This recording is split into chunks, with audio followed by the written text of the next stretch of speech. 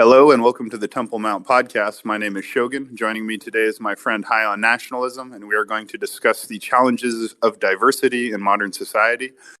Before we get started, make sure you've joined the Temple Mount Discord server where we record this podcast every day, and especially make sure that you have subscribed to the official Temple Mount YouTube channel where you can find tons of great episodes, both past, present, and future. That being said, welcome High on Nationalism. Thank you for joining me. How are you, my friend? I'm great. Thank you for having me, and it's always great to be here to be able to share my views. Wonderful. So today we're going to talk about the challenges of diversity in modern society, the unique challenges that come up when different cultures coexist in a diverse mosaic type society. So in that regard, would you like to take us through your thoughts on this subject, and then we'll have some discussion afterwards? Yeah, sure. Yeah. So I do believe that in the last 10 years, we have seen a huge pushback from a certain side for, let's say, more diversified society. Now, with that being said, I do believe that this policy slash idea very much affects us every day, and that we have many challenges slash issues that need to be addressed, right? So I do believe that these issues and challenges are not getting addressed in the fear of somebody getting called either a bigot or a racist. So I definitely want to raise awareness to those issues, or at least have more people talking about them, right? So before I start talking about the challenges and before I start talking about the issues, I would like to say first that the same logic maybe will not be able to be applied globally. What do I mean by that? Well, because the countries and the nations and the societies function a little bit differently in the different parts of the world. I would like to divide this, let's say, world, right, in an old world and a new world, and I'll be much more focusing on the old world because I do believe that diversity does not have the same challenges and issues in a new world. What do I mean by new world? I mean North America, Australia, etc., right? So USA, Canada, and all these other countries. And what do I mean by old world? I'll be talking about probably just Europe and Asia, right? So what are the challenges and what are the issues that diversity causes in these societies?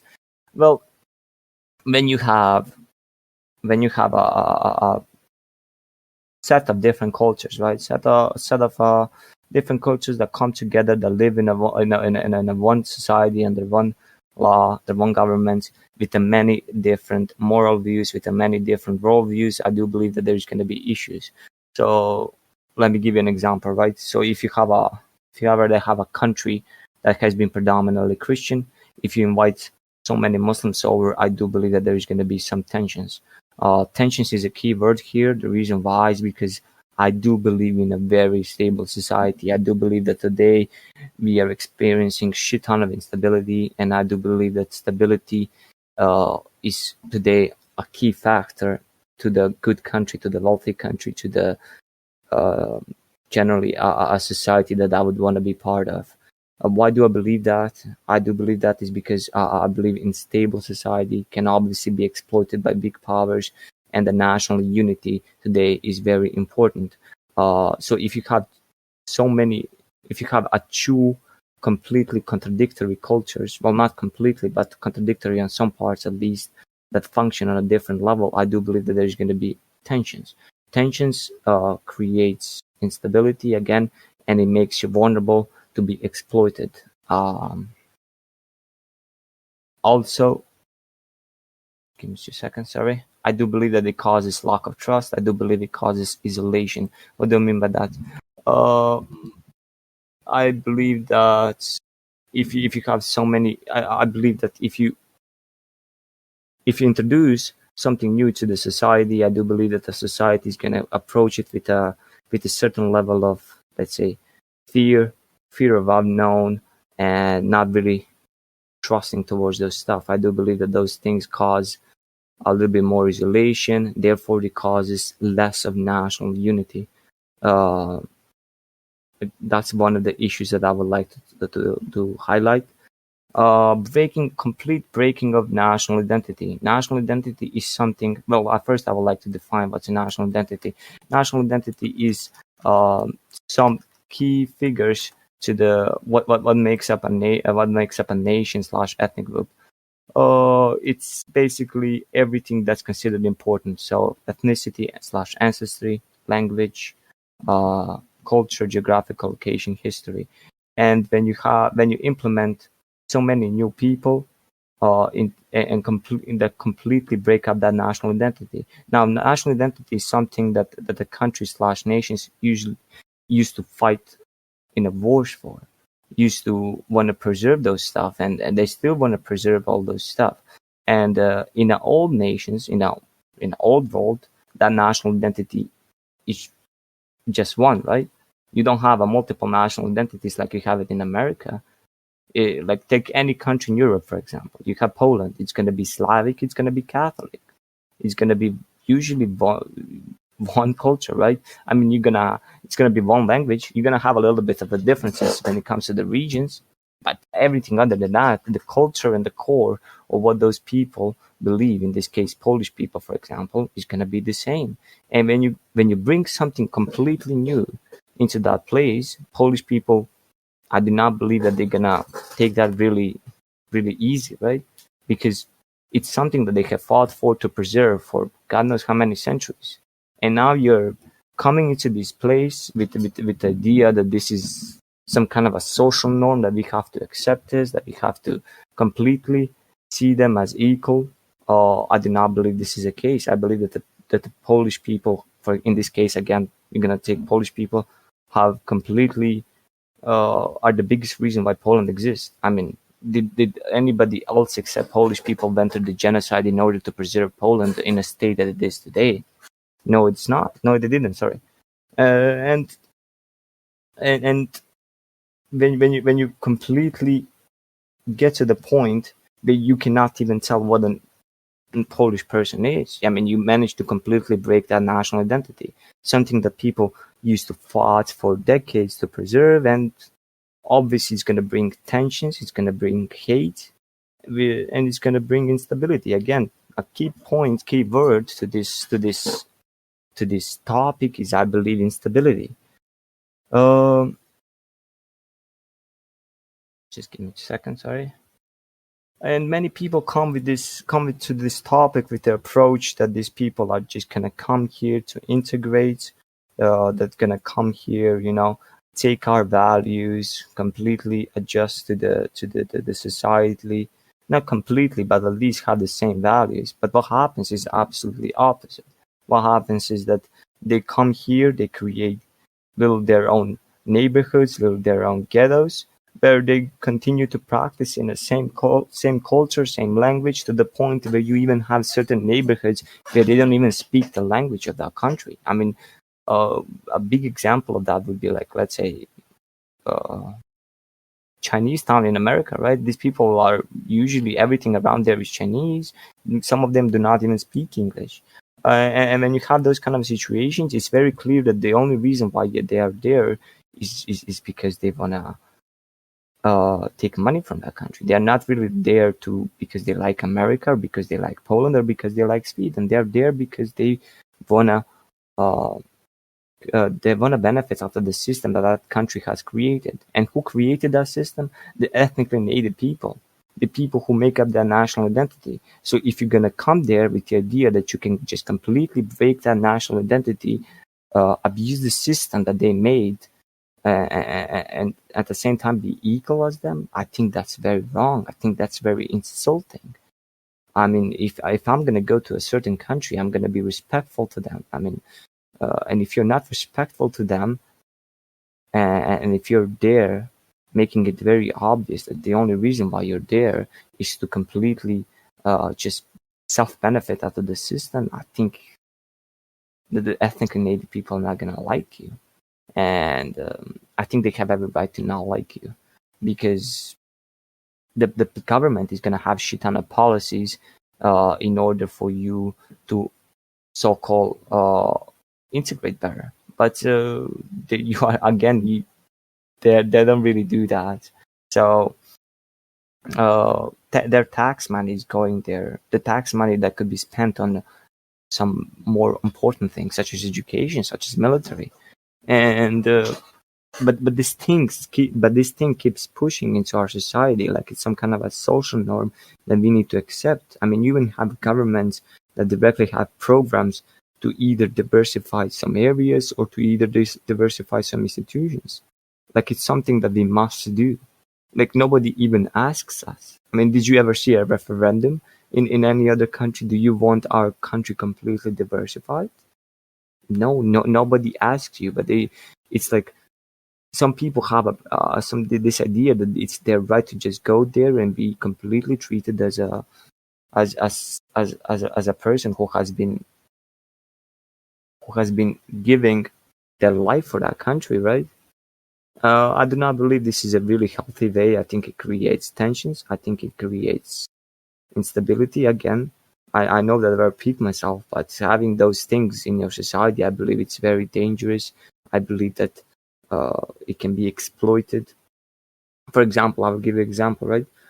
You did have BLM protests in America, even though it's a new world, as I like to classify, label it. It's a still great example.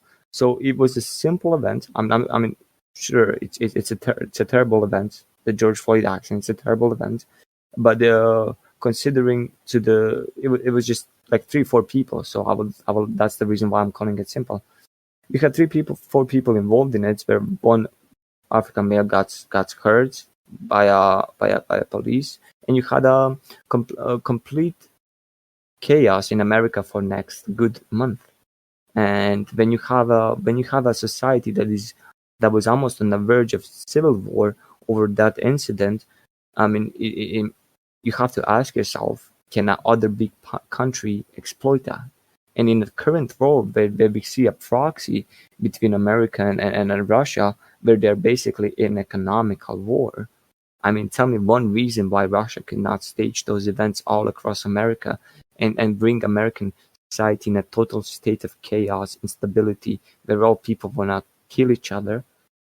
Uh, Tell me that's not easily exploitable society. That society doesn't really have a lot of national unity. The reason why is because of one part of one part wants to kill another part.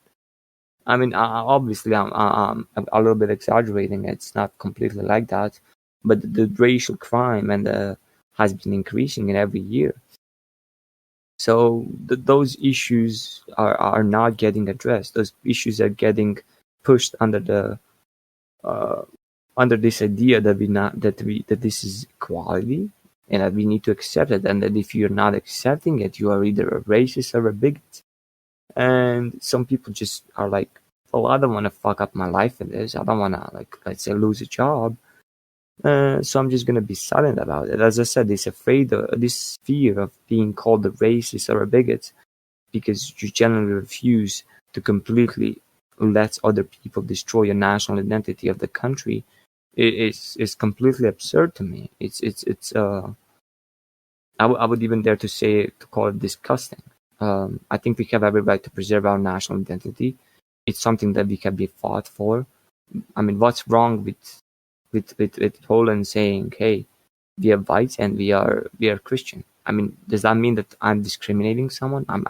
I'm not suggesting for discriminatory laws against any other people. The only thing I'm saying is, do we have a right to preserve what we are? And do we have a right to say this is what we used to be and this is what we are today? I mean, what's the problem with that? I mean, I generally do not see a problem with that.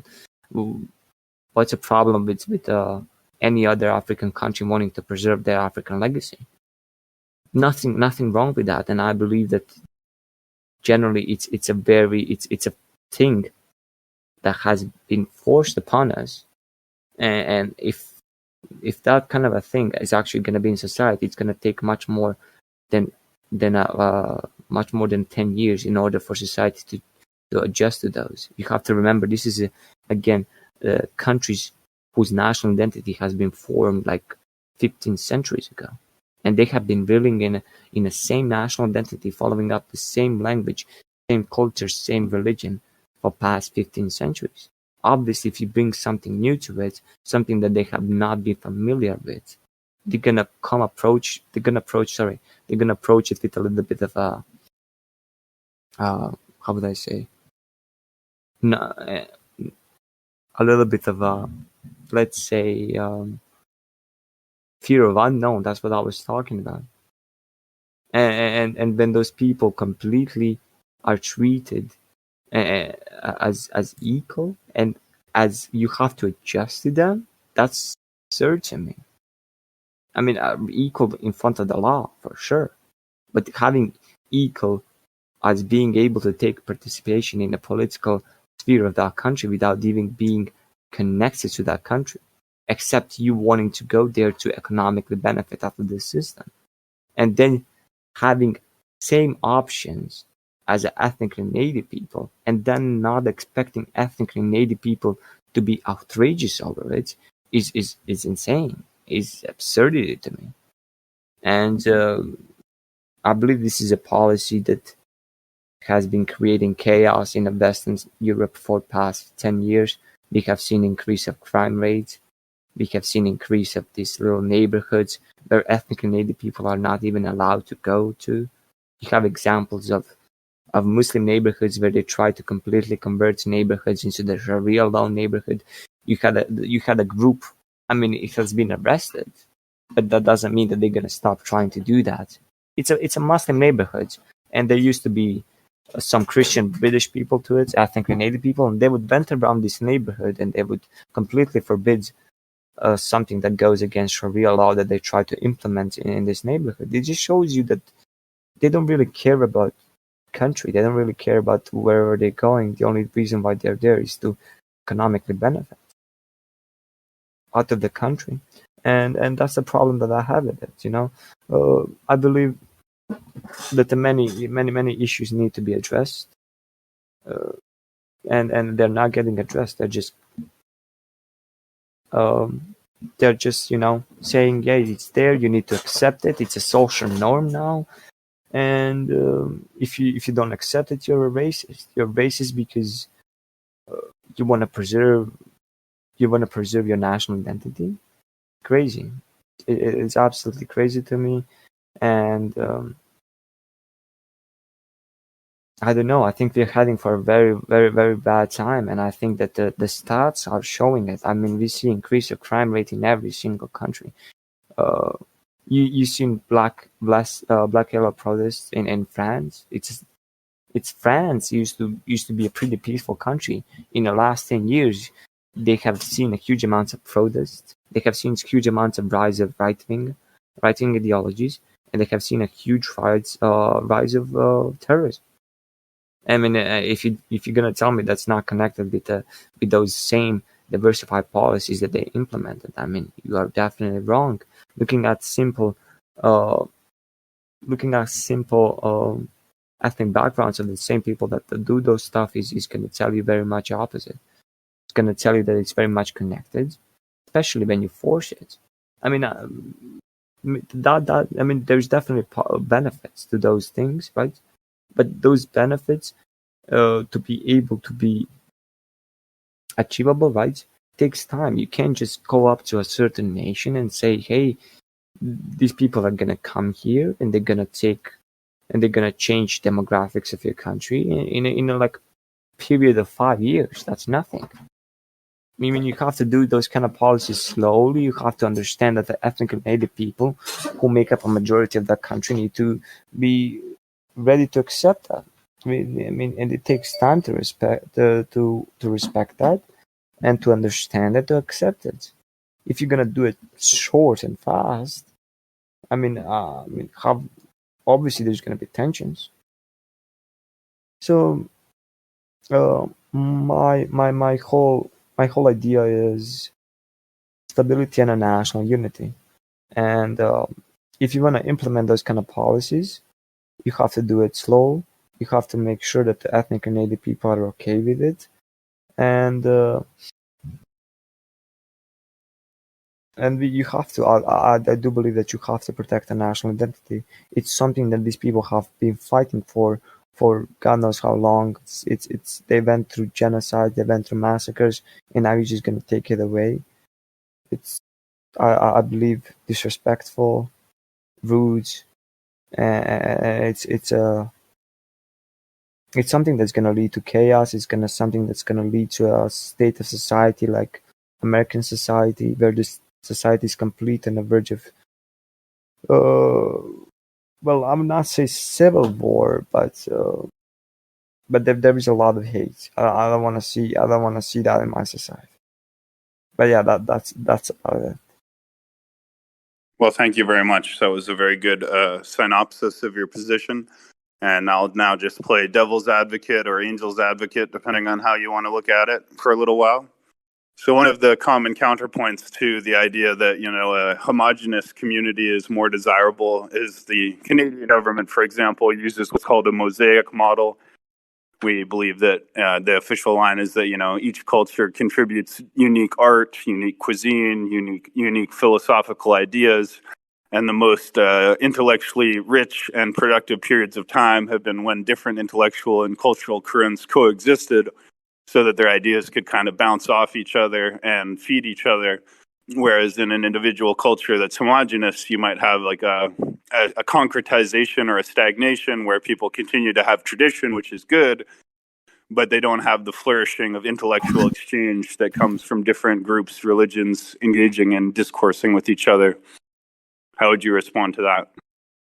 Well, obviously, as I said, there is some benefits when it comes to diversity, right? So there's always obviously going to be benefits when it comes to all the things that you mentioned, art, cuisine. I mean, we are already living in a very diversified world, with a very globalistic world, with a very diversified cuisine. And to be honest with you, I'm pretty sure that everybody's enjoying that. Nobody's complaining about that. Uh, and obviously, what you suggested about intellectual exchange is a good idea, right? But those intellectual exchange do not have to mean that they're completely changing up the demographic of the society. Those intellectual exchange can come from multiple things. I mean, you can establish institutions where people are going to exchange. I mean, you already have those institutions. You can allow these people to, I mean, those intellectuals to live in your country as long as they respect the national identity. There is absolutely nothing wrong with those people living in a country under the certain percent, I would say. But the problem comes is when ethnically native people are pushed into accepting something that they do not like, pushed into uh, their towns, completely changing demographics from having a, let's say, a Christian neighborhood that is in 2 years going up to a completely Muslim neighborhood where Muslim people are trying to establish a law, a Sharia law, which is a Muslim law in that neighborhood. I mean, from like in a period of 3 years, 2 3 years, that's crazy, you know. That's a complete change of demographics, forced one, also. Let's not forget that nobody asked the people of that neighborhood, "Do you want to see those people here?" It's an ethnically native people. They are the people who built that country. And to go back to your argument, there is nothing wrong with intellectual exchange. Intellectual exchange can be achieved through multiple ways, through summits, through institutions. You already have those things. To be honest with you, so I believe that intellectual exchange can be achieved through all of those things, and completely diversifying demographics is not necessary to achieve that. Uh, Obviously, as you mentioned, the benefits of arts and cuisine are there, and nobody's going to dispute that.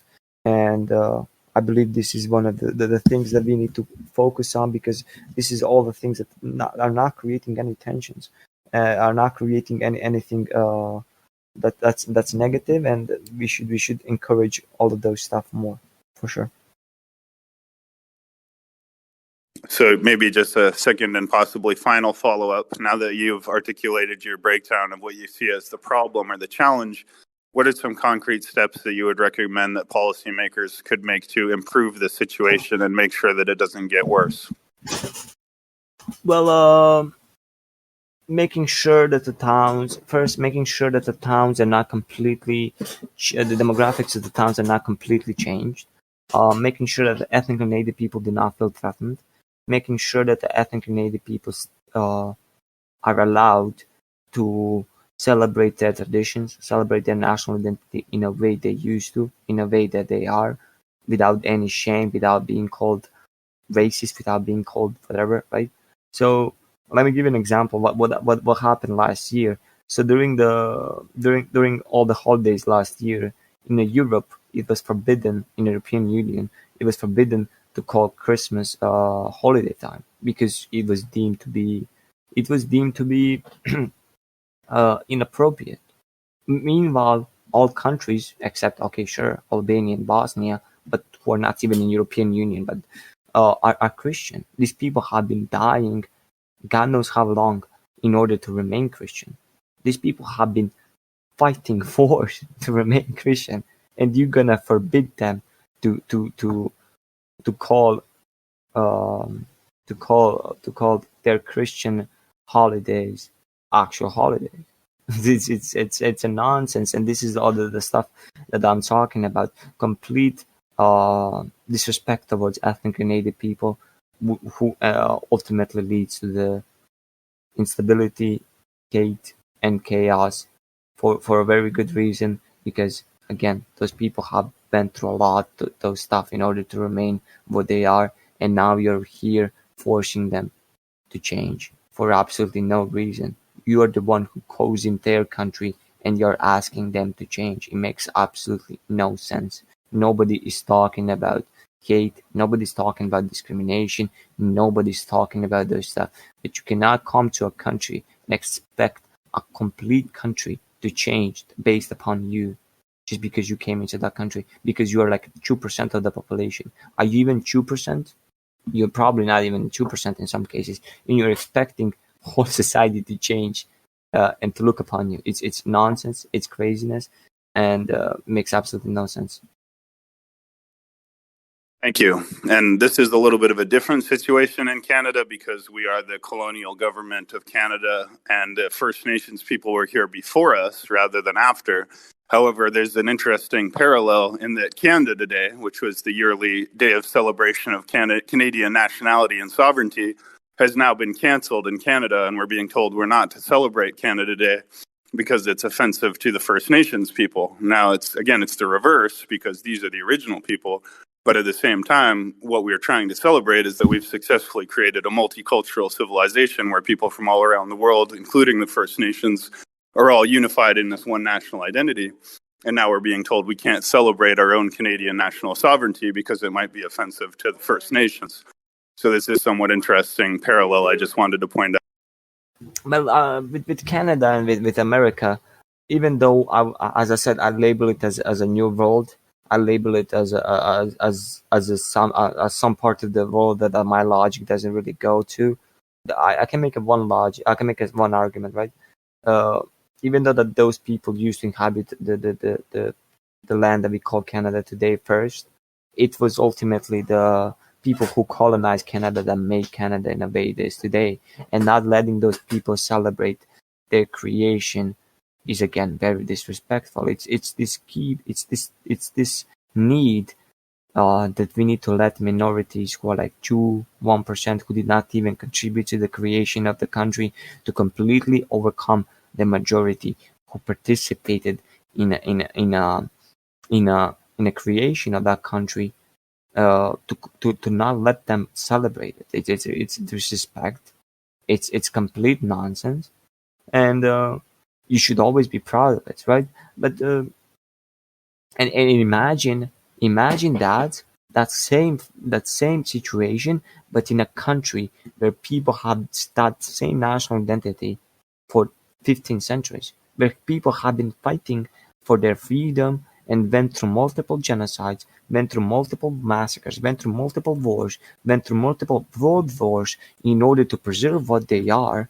And now a certain people that live on the other part of the planet come in your country to economically abuse your country and are there setting up laws against ethnically native people. That's the problem with diversity. It's not the problem. The diversity in general is not the problem. The problem is how it functions. The problem is that you have a minority who has absolutely no connection with the country, except maybe either a birthplace or It's just a country that they choose to economically abuse. Most these people don't even want to stay in a country sometimes. These people just are there to make money. And they're asking you to remove your holidays, to remove parts of your national identity. You had the example of Serbia. Serbia is a Christian country. It has a cross on its flag.